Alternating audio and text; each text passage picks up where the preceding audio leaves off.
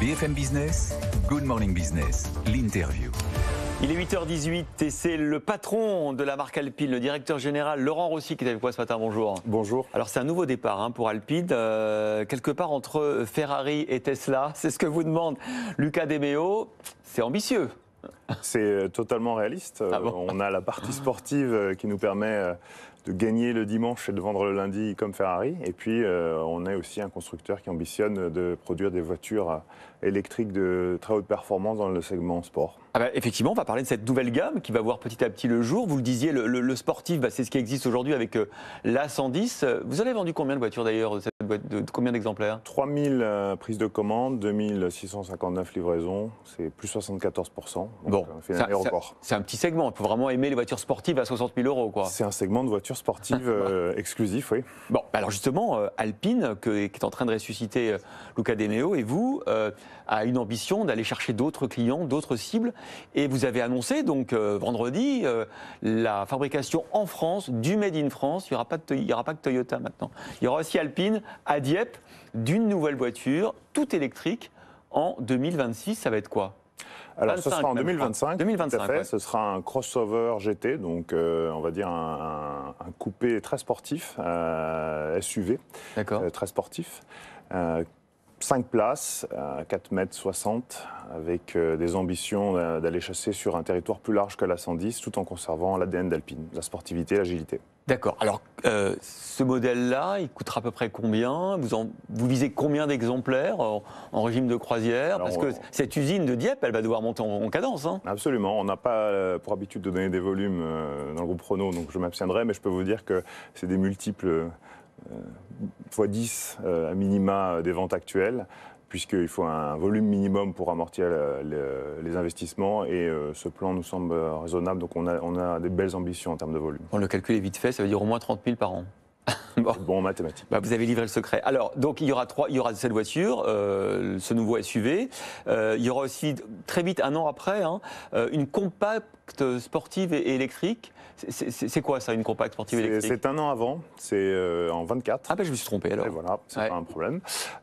C'est une sportive urbaine, dans la plus grande tradition des R5 Turbo, des Clio RS. D'accord. Donc c'est une 4 places citadine, oui, tout à fait, plus compacte, mais 4 places également. Donc avec ça, on élargira également aux citadins. Donc vous aurez une citadine sportive, un SUV sportif, et puis il faudra quand même remplacer. La 110, elle ne va pas pouvoir être thermique très longtemps. C'est quand sa remplaçante? Et en 2026, on tirera jusqu'au dernier feu de la 110 actuelle, et puis à la nouvelle réglementation, on introduira sa remplaçante. Donc 3 voitures assez rapidement, d'ici 4 ans. Assez rapidement, même si le temps est long pour nous tous en interne, mais en effet, 24, 25, 26, on étoffe le portefeuille.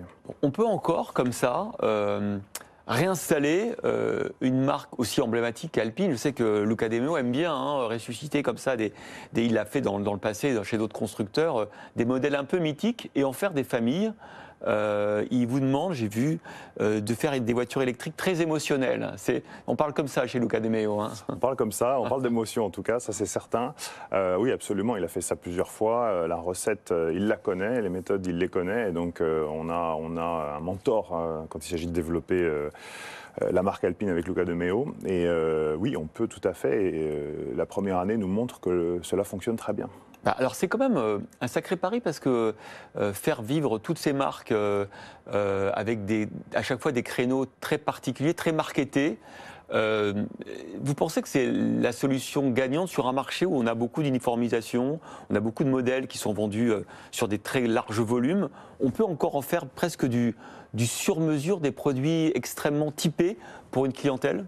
C'est exactement ça. On est en train de viser une clientèle qui est plus exigeante et qui veut se dégager de l'uniformisation. Et c'est ce qu'Alpine a toujours produit et continuera de produire, avec une distinction, une différenciation dans la sportivité et l'agilité et le premium. Mais comment on se distingue dans un marché, notamment je parle en termes de technologie? L'électrique, c'est des batailles à dizaines de milliards de dollars. Il y a des acteurs qui ont fait leur émergence sur ce marché, comme Tesla, de manière assez spectaculaire. Est-ce que sous le capot, ce sera des moteurs électriques Renault un peu standardisés, ou est-ce que vous arrivez à apporter aussi en matière technologique et de logiciel aussi une patte Alpine? Tout à fait. Nous aurons les moteurs Renault qui ne sont pas standards, qui sont en général très haut du panier. Nous aurons les meilleurs, les plus performants pour la marque Alpine. On sera la tête de pont qui développera ces technologies et les produira commercialement. Nous aurons aussi de la technologie embarquée à la fois sur la dynamique du véhicule, qu'on héritera de la F1 et des autres activités sportives, donc une plus grande agilité. Je rappelle que vous avez évidemment fait votre tour avec succès dans la F1. Hein. Voilà, et de la connectivité embarquée aussi, qui sera héritée à la fois du groupe Renault pour ce qu'il fait de meilleur, mais aussi de nos activités sportives. Donc la différenciation se fera à tous les étages. Alors pourquoi avoir choisi la France, Dieppe? C'est quand même assez rare, hein, des constructeurs qui choisissent de localiser une production, comme vous l'avez annoncé, à Dieppe. Alors tant mieux pour l'emploi, tant mieux pour l'industrie française.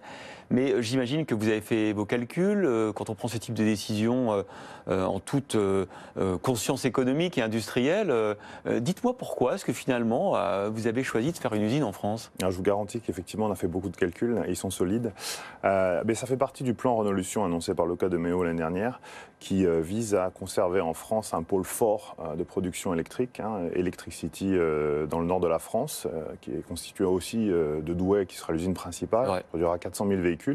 On en fait partie quelque part dans le réseau d'usines de Renault. Et puis, donc c'est la première explication. Puis la deuxième, c'est que Alpine, c'est Dieppe, et Dieppe, c'est Alpine, c'est l'usine historique. Donc on souhaitait conserver cet ancrage qui nous paraît important pour conserver l'ADN de la marque. Ça veut dire que dans ce niveau de véhicule haut de gamme, on est compétitif. Alors d'abord, j'imagine que la compétitivité de l'économie française a beaucoup changé. Hein. La baisse des impôts de production, les allègements de charges sur les bas salaires, tout ça, ça contribue peut-être à cette réindustrialisation dont vous êtes finalement la démonstration? Absolument, et en prenant en compte les spécificités de Dieppe, c'est une usine hautement spécialisée dans le premium sportif. On va apporter la touche de différenciation qui va permettre de justifier la valeur de ces véhicules, et c'est aussi pour ça qu'on conserve Dieppe. Ouais. La batterie, c'est un peu le nerf de la guerre. Vous aurez quel type de batterie? Est-ce que vous avez déjà votre supply chain? Est-ce que vous savez déjà d'où elles viendront? Oui, on sait déjà d'où elles viendront. On ne peut pas communiquer aujourd'hui, mais ce sont des batteries qui seront à l'avenant de nos produits, donc de très haute performance. Avec des gigafactories françaises? A priori, c'est la cible que nous visons, oui. La cible que vous visez. Bon, vous allez embaucher, ça va se passer comment, la montée en puissance d'ici 2025 ou 2026? L'objectif premier, c'est de soutenir les ventes de la 110 actuelle pour conserver un volume critique dans l'usine, ne pas la désamorcer. Bah oui, parce que... Et ensuite, on opérera une montée en puissance, à la fois avec la fin de vie de la 110 et la transition vers le successeur dans l'usine, et ensuite une montée avec l'arrivée justement des volumes. Quand vous voyez les géants, les mastodontes qui sont face à vous, on évoquait Tesla tout à l'heure, les entreprises françaises, les constructeurs français peuvent encore rester dans la course, gagner cette course automobile, pour rester dans la métaphore. Parfois, vous n'êtes pas un peu découragé? Non. Non. Pourquoi? C'est le pari de Renaulution. Déjà, Alpine grandit à l'ombre d'un géant. Renault, il reste quand même un géant. Et Renault et Nissan, l'Alliance, sont un important groupement automobile. Et nous avons les ambitions de redonner à toutes les marques du groupe Renault, Renault, Dacia, Alpine et même la marque de mobilité, la place qui leur revient dans le concert des constructeurs. Ouais, mais ça, c'est un peu le discours. Mais non, c'est l'ambition et elle est avérée. La première année... Quand vous voyez Tesla qui, pour construire une gigafactory, ça coûte 10 milliards, c'est rien, 10 milliards pour lui. Il vaut plus de, je ne sais pas combien, 1500 milliards en bourse.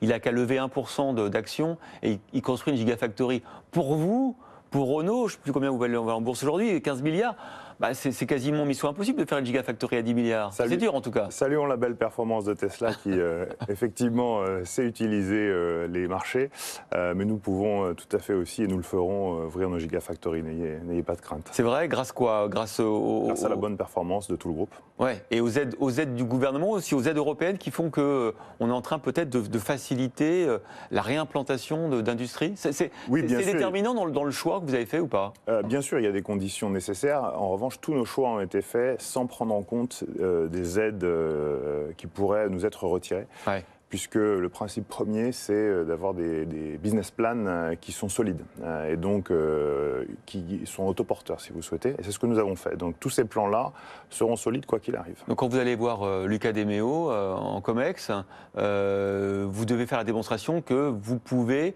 quoi qu'il arrive, rendre rentable votre activité. En permanence, oui. En permanence. Ouais. Bon.